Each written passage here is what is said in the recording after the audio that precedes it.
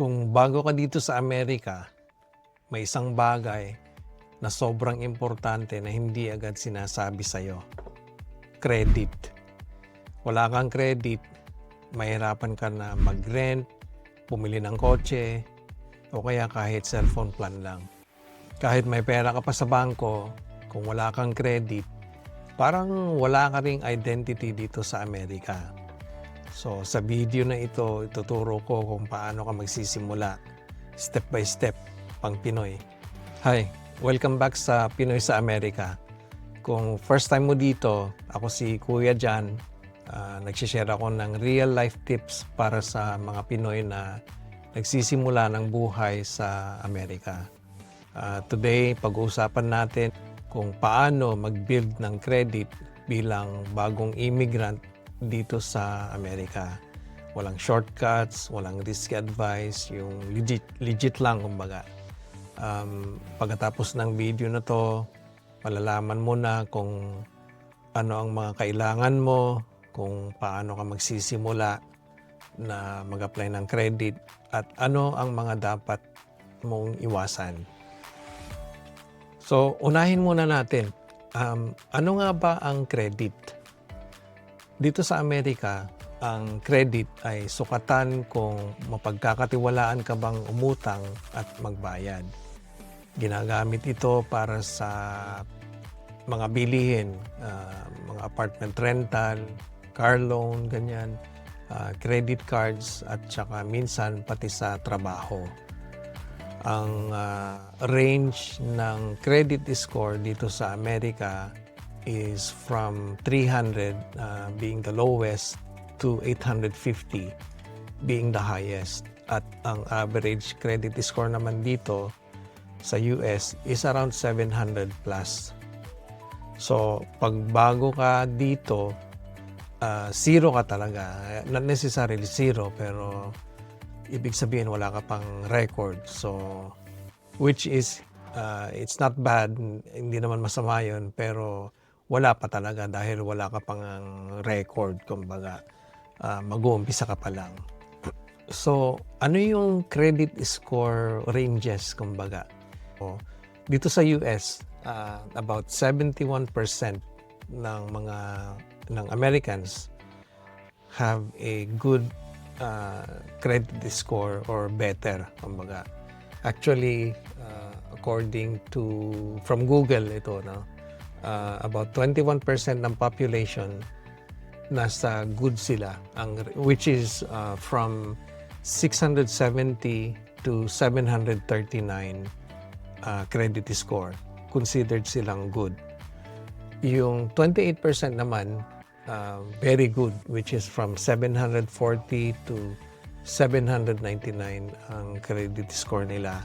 At saka anything above, from 800 and above, considered sila na exceptional. So, yung mga bago naman, kung baguhan ka, katulad mo, halimbawa nag-uumpisa ka pa lang, syempre wala ka pang credit, ang grade mo muna poor kasi nga wala kang history, ganyan. So, ang about 13% ng population dito sa US, ang credit score nila poor, kumbaga, from 300 to 579. At yung kung fair naman ang score mo, which is roughly 16% ng population, from 580 to 669,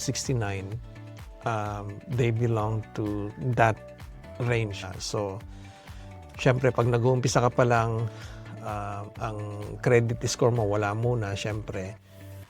So, mag-uumpisa ka ng, siguro from 300, tapos i-develop mo na yung ano mo, hopefully, ma-approve ka kaagad. And from 300, depende na kung gaano katagal yung credit mo, pataas na ng pataas yan hanggat ma-develop mo yung magkaroon ka ng credit history at yung credit score mo tumaas ng tumaas hanggat maabot mo yun nga, nasa good ka na, very good or exceptional kung talagang consistent ka sa pagbabayad at habang tumatagal, nare-record yung payment mo sa mga loan mo, utang or rental o kung ano man yung in-applyan mong loan or purchases or credit card. So, ano ang benefit ng magandang credit score kumbaga dito sa Amerika? Lalo na kung bago ka pa lang or kahit na matagal ka na. So, ang benefit ng pagkakaroon ng magandang credit score is yung pag mangungutang ka, halimbawa car loan or mortgage, yung interest rate mo is ang interest rate kasi ng loan is a function ng credit score mo. So, for example, yung credit score mo is mataas. So, halimbawa, exceptional yung credit score mo, mataas na, nasa 800 plus ka na or upper 700, yung interest rate na ibibigay sa'yo ngayon at yung kung gaano ka kadali ma-approve sa loan, ganon, is mas maganda yung rate na ibibigay sa'yo at saka mas madali kang pautangin ng mga bangko. In contrast naman, kung mababa yung credit score mo, mas mahihirapan kang mag-loan at kung makakapag-loan ka man, ang interest rate na ibibigay sa'yo is mas mataas. So it's a function of your credit score, yung interest mo na makukuha sa mga bangko. So for example, bago ka lang dito, so gusto mong bumili ng kotse, halimbawa compact na kotse, maliit lang, brand new ka mo na or maybe second hand, slightly used, pagpalagay mo ng 25,000 yung amount ng kotse. So kung ika-calculate mo to, kung bago ka pa lang, syempre mas mataas yung interest rate mo. So assuming na bibigyan ka ng 9% for payable in 5 years or 60 months, ang magiging monthly mo rito is roughly about $520 per month. So, ang magiging total nun, kung i-multiply mo yung 520 ng 60 months, ang total nun is 31,200. Samantala, kung maganda yung credit score mo, yun nga, medyo matagal ka na, nagkaroon ka na ng credit history, using the same car, for example, 25,000, payable in 5 years,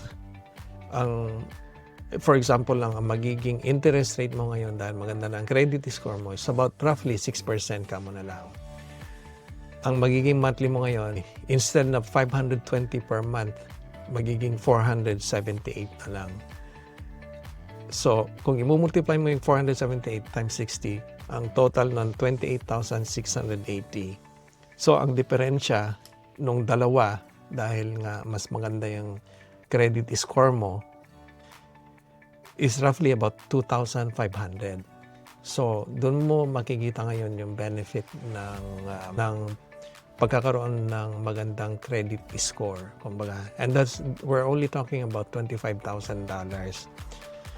What more kung kukuha ka na ng bahay mo, ganun, mortgage, or the worst nga yung mga credit card, kasi ang credit card dito, ang tataas ng mga interest rate. Minsan umabot ng 20%, 18%, or higher, kumbaga. Although kung mas maganda naman yung credit score mo na, mas mababa doon syempre, pero mataas pa rin. Kaya itong video na to, hindi ko sinasabing umutang kayo ganon or gamitin niyo ito para umutang kayo ng malaki ganon. This is just about I just wanted to let you know kung paano kayo mag-umpisa at kung ano yung mga dapat ninyong gawin or hindi dapat gawin kung meron na kayong credit line, kumbaga. So, ano naman yung mga key factors, kumbaga, na nag-i-influence sa credit score natin? Number one, payment history, kumbaga. Yung payment history natin, 35% yan ng credit score natin. So, yung pagbabayad ng bills on time is very crucial talaga. Napaka-importante niyan. Ang laki ng timbang niyan. Kumbaga, 35% ng credit score is based on payment history or paying your bills on time. So, pag meron na kayong credit line, make sure na babayaran ninyo yan on time kasi napakalaking epekto na yan. Kahit one day lang, makikita nila yon kasi may trina-track nila kung yung mga dates ng payment ninyo. Number 2, yung total amount ng loan ninyo or yung amount owed, kumbaga, which is 30% ng credit score ninyo. So, ang guideline dito, keep your credit card balances low, kumbaga, relative to yung limit ninyo. Keep it to below 30%. Below 30% is good. So, for example, ang credit limit ninyo is $1,000. Na-approvean kayo ng $1,000. Keep it below or up to $300 lang ang gamitin ninyo dun sa credit card ninyo. Number 3, length of credit history. Kumbaga, gaya ng sabi ko kanina, kung bago ka pa lang, syempre, mababa yung score mo. Habang tumatagal, tumataas yan. So, 15% ng credit score is based on the length of your credit history. Kaya sabi nila, umutang ka lang kasi kailangan dito sa Amerika kasi nga, kailangan mong i-develop or i-establish yung credit history mo. So, mas mahaba yung credit history mo kung gaano katagal ka na nangungutang, mas maganda yung credit score mo. Kumbaga, mas mataas. Kumbaga. Susunod naman is credit mixture. Kumbaga, yung credit mix. Kumbaga, 10% naman yon. So, maraming klase ng loan or credit cards, ganyan. So, make sure na meron kang balance yung mga different types of loans or credit cards na ginagamit mo. That is about 10% of your credit score. At saka yung kung bago ko pa lang naman dito, syempre mag-a-apply ka ng kung saan-saan, meron ding epekto yan. So, new credit usually is 10% of your credit score. So, hindi ibig sabihin na pag marami ka ng even application lang, kasi pag nag-apply ka, ipupull nila yung credit history mo, yung pangalan mo, bibigay mo yung social security mo, ganon. I-check nila kung ano nga yung credit score mo. May epekto na yon dun sa, maapektuhan na yung credit score mo kahit na ipupull lang nila yung credit history mo. So, make sure na huwag kang masyadong mag-open ng maraming credit card, ganyan. Sa umpisa, tama na yung 1, 2, 3, ganon. Siguro hanggang 4, maximum na yon. Pero the more you have, yung mag-i-inquire ka, mag-o-open ka ng bagong credit card, mas nagiging maapektuhan yung credit score na. So, keep it low lang, lalo na sa umpisa. So, since bago ka rito, bagong immigrant ka rito, tatanong mo naman, so bago ka makapag-build ng credit, ano ang mga kailangan mo rito? So, bago ka makapag-apply, kailangan mo ng mga ilang bagay. So, number 1, US address. Siyempre, kailangan mo ng tirahan para alam nila kung saan ka nakatira. Kung ano man yan, apartment, o room, o housing, o kung ano man yan. Kailangan mo ng US address. Number 2, kailangan mo rin ng social security number. Ito ang pinaka-importante kasi isa lang yung bawat isang tao rito merong dedicated na social security number. So, kailangan yon kasi nakalink lahat ng record mo dyan sa social security number mo, especially yung mga credit card and taxes, ganyan. Nakalink lahat yan sa social security number mo. Number 3, kailangan mo ng valid ID or passport or state ID. So, kailangan mo yung mga documents na yan. Kung wala ka pang state ID, kumuha ka ng state ID mo. Usually, madali namang kunin yung ganyang ID.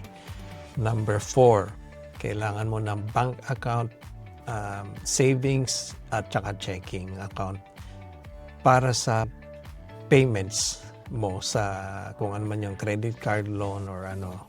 Usually nag-a-ask sila at usually naman kung halimbawa mag-a-apply ka ng credit card, usually nandun na rin yung bangko. So for example, Bank of America nun, pwede ka nang mag-open ng savings mo ron or checking account, and at the same time kumuha ka na rin ng credit card nun. Mag-apply ka na rin kumbaga. Number 5, proof of income or pay stub, or kung wala ka pa dahil kaumpisa mo pa nga lang yung employment contract mo, ganyan, or job offer letter. At least meron kang ipapakita na employed ka at meron kang income at kaya mong magbayad ng kung ano man yan, loan or credit card. So, importante rin yun. So, kapag meron ka na ng mga ito, siyempre, pwede ka na magsimula. Pero ang tanong ngayon, paano ka magsisimula? Saan ako magsisimula? Anong gagawin ko muna? So, nung ako ang nagsimula, batang-bata ako noon. I think I was 18 years old ka muna. Nung mga panahon na yon, meron yung mga nakaka-relate sa akin. May nauso noon yung relo na Seiko, mga ganun, yung mga maninipis na Seiko watches. So, nakursunodaan ko yung isa noon. Naglalakad ako sa mall na ganyan. So, meron silang promo na I think ang promo na nila noon is yung pwede mong hulugan. Ang tawag doon is layaway, kumbaga. So, huhulugan mo yon hanggat, so mangyari, halimbawa, bibilhin mo yon, huhulugan mo, let's say 6 months ka nun, itatabi nila yung relo na yon. Pag fully paid na yon, then ibibigay nila yung relo na yon. So, punta akong ganyan sa mall, sa store. Sabi ko ganun, gusto kong bumili ng isang relo. Sabi ko ganun, pwede ba akong mag-layaway? Sabi ko ganun. So, chinek nila, binigay ko yung ID ko, ganyan. Siyempre, bago lang ako noon, wala pa akong credit. Walang lumabas, siyempre. Sabi nila, hindi ka pwede kasi nga wala kang credit history. Sabi nilang gano'n. Oh, yeah, pero meron akong pera sa bangko. Yan o, sabi ko, pinakita ko pang ganyan yung account ko sa bangko. Meron pa. Actually, more than yung amount ng binibili kong relo. Sabi ko ganyan. Yeah, sabi nga sorry. Sabi nga hindi ka pwede kasi nga wala pang record. Bumalik ka na lang pagka may credit history ka na, ganyan. So, ang tanong ngayon, paano ka magsisimula? So, pag magsisimula ka, ang pinaka-safe at pinaka-recommended na first step is tinatawag na secured credit card. So, ganito siya gumagana. Magdi-deposit ka ng pera sa bangko. For example, $300, $500 ka muna. Yun din ang credit limit mo. Parang secured nga eh. So, ang tawag doon, secured credit card. Maraming bangko na nag-o-offer ng ganyan. Halimbawa, especially sa mga beginners pa lang o yung mga bago. Isa na dyan ang Discover, Capital One, Bank of America. Pag naumpisan na ninyo yan at nagkaroon na kayo ng credit, kahit isa lang, sunod-sunod na yan. Papadala sila ng mga sulat sa inyo almost every day. Nag-o-offer sila ng kung ano-anong klaseng loan, credit card, ganyan. Wala nang katapusan yan. Lalo na pag tumatagal na kayo rito. So, yun ang the best na may advice ko para makapag-umpisa kayo. So, hindi mo kailangan maging expert. Kailangan mo lang na maging consistent sa pagbabayad at maging responsible lang sa timing at yung watch the limit, kumbaga, ng kung paano ninyo gamitin yung card na yon. Ang iba pa na pwede ring applyan is yung mga tinatawag na store credit. Halimbawa, dito sa Amerika, Macy's, yung mga ganon, Old Navy, kung saan man kayo nagsha-shopping. So, subukan din ninyo yun. Minsan, kahit $100 lang, $200 lang, ganon. At saka may mga promo pa sila, may mga binibigay silang mga products, ganon. Basta mag-apply lang kayo. So, subukan lang ninyo yon. Pero, but then again, pag hindi kayo na-qualify dun sa isa, huwag nyo nang subukan yung iba kasi nga, maapektuhan din yung credit score ninyo pag masyadong maraming ina-applyan kayong mga credit card dahil pinupull nila yung credit history ninyo. So, but my advice is secured credit card. Okay, so once na meron na kayong card at yun nga, mag-uumpisa na yung credit history ninyo, i-develop na ninyo yung credit history ninyo, ito na ang pinaka-importanting parte ngayon. Again, disclaimer lang, hindi ko kayo tinuturuan na mangutang. Ang sinasabi ko lang dito is kung paano kayo mag-uumpisang mangutang o magkaroon ng credit. Gamitin niyo ito ng tama, maging disiplinahin ninyo yung mga sarili ninyo kasi lalo na ngayon napakadaling mag-shopping. Ang daming online, mag-browse ka lang sa for example Amazon, ganyan, lagay mo sa cart mo, isang pindot lang nabili mo na. So yun lang, disclaimer lang, hindi ko kayo pinupursigi or tinuturuan mangutang, pero ang sinasabi ko, importante ang utang dito dahil wala naman siguro tayong cash na pambili ng mga big items, kumbaga halimbawa kotse, bahay, ganon. So kailangan natin ng credit history. So paano gamitin ngayon na meron na kayo? So rule number 1, gamitin lang hanggang 30% ng limit ninyo. Kaya nasabi ko, kung 10,000, gamitin nyo lang 3,000. 100, so $30 ganon, or 1,300 lang ganon. Rule number 2, bayaran mo agad yan. Huwag hintayin ang due date. Huwag lalagpasan ang due date.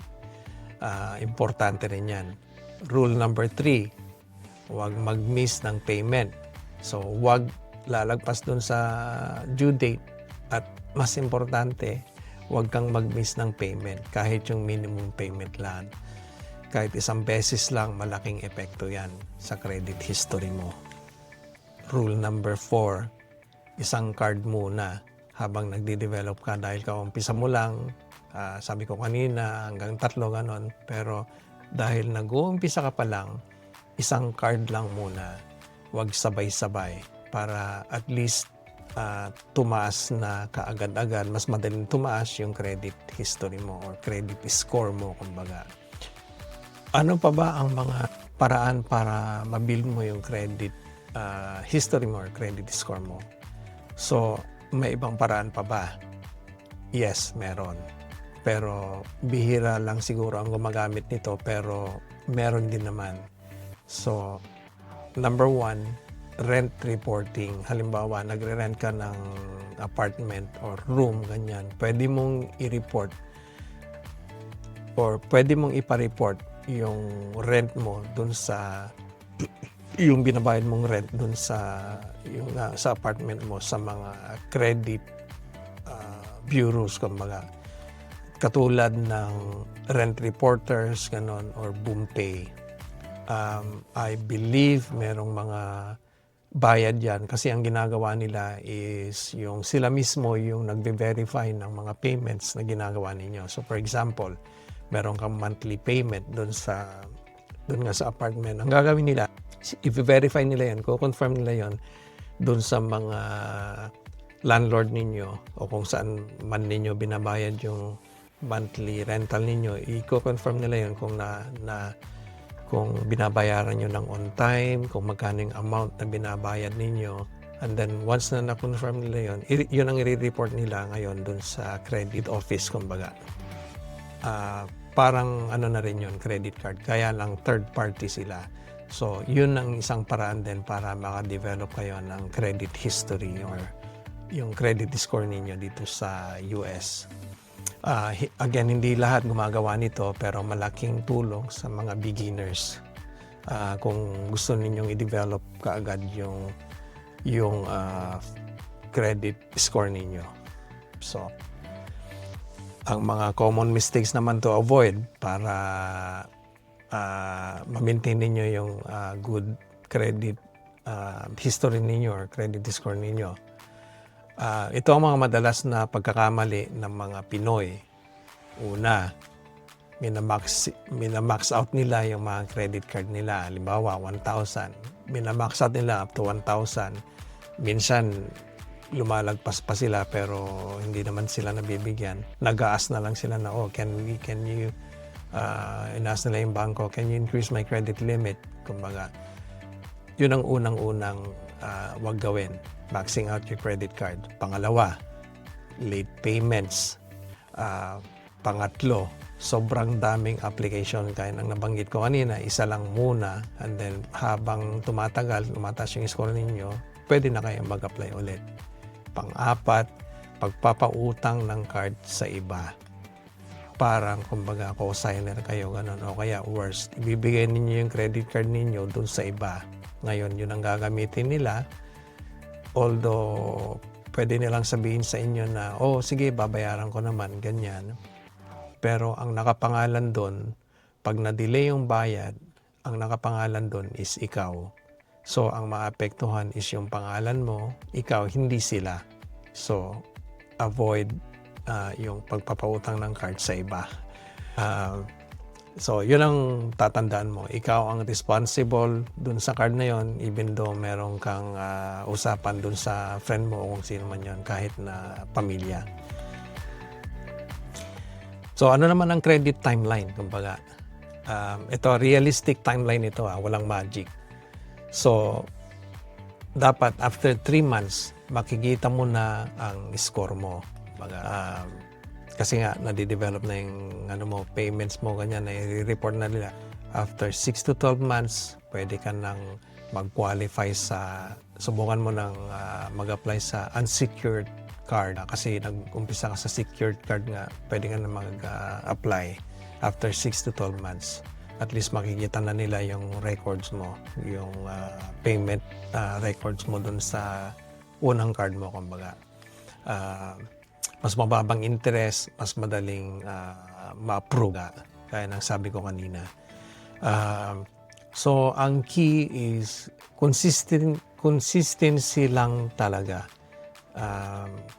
Marami ng paraan ngayon para i-remind mo yung sarili mo na magbayad ka on time, ganyan. Meron ding auto payment na tinatawag. I-set up mo na yung auto payment mo para kahit kalimutan mo, ganyan, automatic yung bangko mo. Before the due date, either yung minimum payment o kaya i-fully paid mo yung balance ng card mo, pwede rin yun. Mas maganda rin yun para guaranteed na mababayaran mo yung monthly mo at hindi mo mamimiss ang payment mo, monthly payment mo. So kung bago ka sa Amerika, huwag kang ma-intimidate sa credit system. Dahil lahat tayo nagsimula sa zero, lahat tayo dumadaan dyan. Kung may tanong ka, comment mo lang. Kung gusto mo ng next video tungkol sa car loan o kung ano pa man yan, subscribe ka sa Pinoy sa Amerika para sa practical, mga totoo at pang Pinoy na advice. Kaya mo to, kaya natin to, kaya dahan-dahan lang. Maraming salamat sa panonood at sana ay nakapulot kayo ng konting aral dito sa video na ito. So hanggang sa susunod po, again, maraming salamat. Thank you at until next time po. Bye-bye.